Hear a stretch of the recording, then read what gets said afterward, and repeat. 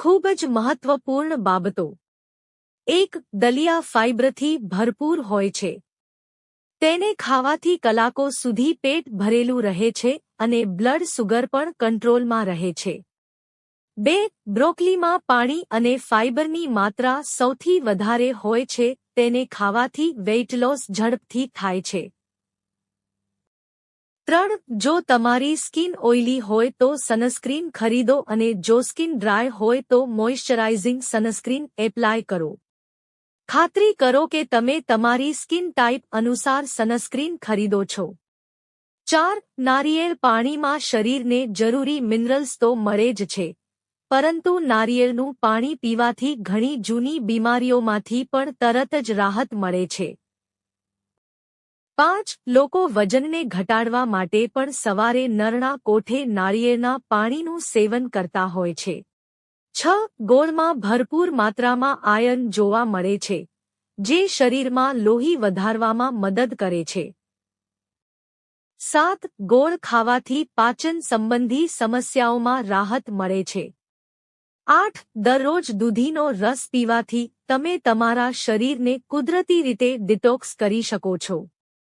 તેની મદદથી તમે તમારા આંતરડાના સ્વાસ્થ્યને પણ સુધારી શકો છો.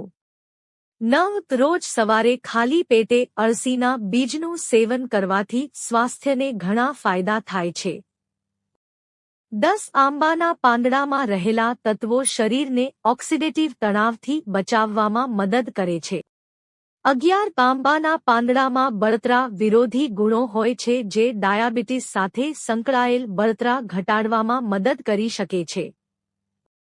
12. પપૈયાનું જ્યુસ આપણા પેટ માટે ખૂબ ફાયદાકારક છે. સાથે જ ડેન્ગ્યુ દરમિયાન પપૈયાનું જ્યુસ પીવાથી પ્લેટલેટ્સ વધે છે. દર્દીને હંમેશા ઘરે બનાવેલ પપૈયાનું જ્યુસ જ આપો. 13. ઇસબગુલને દહીંમાં ભેળવીને ખાવાથી હૃદય માટે ફાયદાકારક છે અને કોલેસ્ટ્રોલને નિયંત્રિત કરવામાં મદદ કરે છે. 14. ઇસબગુલને દહીંમાં ભેળવીને ખાવાથી ગેસની સમસ્યામાં રાહત મળે છે.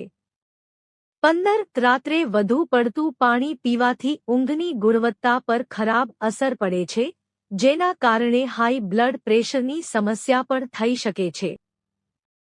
16. વધુ પડતું પાણી પીવાથી ઊંઘમાં ડિસ્ટર્બન્સ આવે છે અને નિયમિત રીતે પૂરતી ઊંઘ ન લેવાથી વજન વધી શકે છે. 17. કાચું દૂધ ત્વચામાં સોફ્ટનેસ જાળવી રાખવામાં મદદ કરે છે અને ડ્રાયનેસ ઓછી કરે છે. 18. કાચું દૂધ એક નેચરલ મોઇશ્ચરાઇઝર છે, જેમાં લેક્ટિક એસિડ હોય છે જે ડેડ સ્કિનને હટાવવામાં મદદ કરે છે અને ત્વચાને કોમળ તેમજ હાઇડ્રેટ રાખે છે. 19. ડુંગળીમાં સારી માત્રામાં કેલ્શિયમ હોય છે. તેનું સેવન કરવાથી હાડકાં મજબૂત બની શકે છે. 20. ડુંગળી હૃદયના સ્વાસ્થ્ય માટે સારી માનવામાં આવે છે. 21. વધારાની હળદરને બેલેન્સ કરવા માટે શાકમાં થોડા ચમચી તાજી મલાઈ અથવા ક્રીમ ઉમેરો. આનાથી હળદરનો સ્વાદ ઓછો શાકનું સ્વાદ વધે છે. 22. સૂકું નાળિયેર ખાવાથી હાડકાં મજબૂત થાય છે.